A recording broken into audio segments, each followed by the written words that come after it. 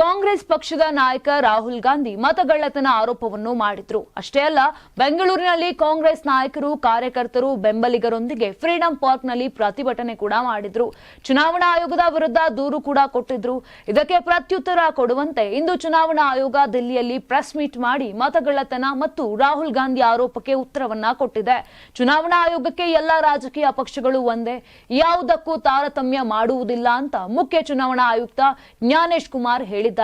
ಚುನಾವಣಾ ಆಯೋಗವು ಆಡಳಿತ ಪಕ್ಷಕ್ಕೆ ಪೂರಕವಾಗಿ ಕೆಲಸ ಮಾಡುತ್ತಿದೆ ಎನ್ನುವ ಆರೋಪಕ್ಕೆ ಸಿಇಸಿ ಉತ್ತರವನ್ನ ನೀಡಿದ್ದಾರೆ.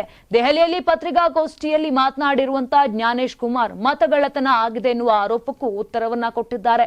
ಬೂತ್ ಮಟ್ಟದ ಅಧಿಕಾರಿಗಳು ರಾಜಕೀಯ ಪಕ್ಷಗಳೊಂದಿಗೆ ಸೇರಿ ಡ್ರಾಫ್ಟ್ ರಚಿಸುತ್ತಾರೆ.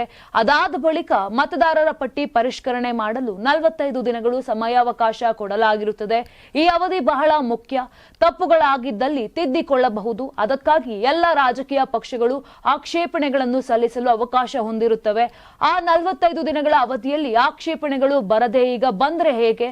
ಇದು ಸಂವಿಧಾನಕ್ಕೆ ಮಾಡುವ ಅಪಮಾನ ಅಂತ ಮುಖ್ಯ ಚುನಾವಣಾ ಆಯುಕ್ತರು ಕಿಡಿಕಾರಿದ್ದಾರೆ.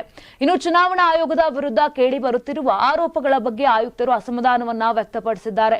ಮತಗಳ್ಳತನ ಆಗಿದೆ ಎನ್ನುವ ಆರೋಪ ಸರಿಯಾದುದಲ್ಲ. ಸುಳ್ಳು ಹೇಳುವ ಮೂಲಕ ತಾವು ಸಂವಿಧಾನವನ್ನ ಅಪಮಾನಿಸಿದ್ದೀರಿ. ಆಯೋಗದ ಹೆಗಲು ಮೇಲೆ ಬಂದೂಕು ಇಟ್ಟು ರಾಜಕೀಯ ಮಾಡುತ್ತಿದ್ದಾರೆ. ಇಂತಹ ಸುಳ್ಳು ಆರೋಪಗಳಿಗೆ ಚುನಾವಣಾ ಆಯುಕ್ತ ಹೆದರುವುದಿಲ್ಲ ಅಂತ ಜ್ಞಾನೇಶ್ ಕುಮಾರ್ ಸ್ಪಷ್ಟಪಡಿಸಿದರು. ಇನ್ನು ಒಬ್ಬ ವ್ಯಕ್ತಿ ಒಂದಕ್ಕಿಂತ ಹೆಚ್ಚು ಸ್ಥಳಗಳಲ್ಲಿ ವೋಟರ್ ಐಡಿ ಕಾರ್ಡ್ ಹೊಂದಿರುವ ಹಲವಾರು ಪ್ರಕರಣಗಳಿವೆ.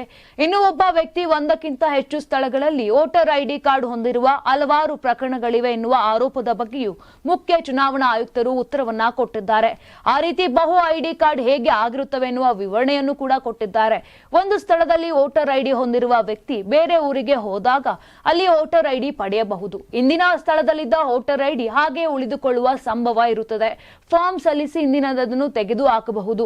ಹಾಗೆ ಮಾಡದೇ ಇದ್ದಾಗ ಬೇರೆ ಬೇರೆ ಸ್ಥಳಗಳಲ್ಲಿನ ವೋಟರ್ ಐಡಿಗಳು ಉಳಿದುಕೊಳ್ಳಬಹುದು ಅಂತ ಜ್ಞಾನೇಶ್ ಕುಮಾರ್ ವಿವರಿಸಿದ್ದಾರೆ. ನಾನು 86 ಕೆಜಿ ಇದ್ದವಳು 71 ಕೆಜಿ ಬಂದಿದ್ದೇನೆ. ವಯಸ್ಸಾದ್ಮೇಲೆ ಸ್ಮಾರ್ಟ್ ಆಗಿ ಕಾಣ್ತೀರಾ ಅಂದ್ರೆ ಜಿನ್ನಿ. 126 ಕೆಜಿ ವೇಟ್ ಇದೆ. ನಾವು ಈಗ 114 ಕೆಜಿ ಲೆಕ್ಕ ಬಂದಿದ್ದೀವಿ. ಯಾವುದೇ ಸೈಡ್ ಎಫೆಕ್ಟ್ ಆಗಿಲ್ಲ. 84ರಿಂದ 50 ಕೆಜಿ ಬಂದೆ. ಆಮೇಲೆ ಸಣ್ಣಗೆ ಫಿಟ್ ಆಗಿದ್ದೀನಿ. ಅದಕ್ಕೆ ನಾನು ಯೂಸ್ ಮಾಡ್ತಾ ಇರೋದು ಜಿನಿ ಸ್ಲಿಮ್.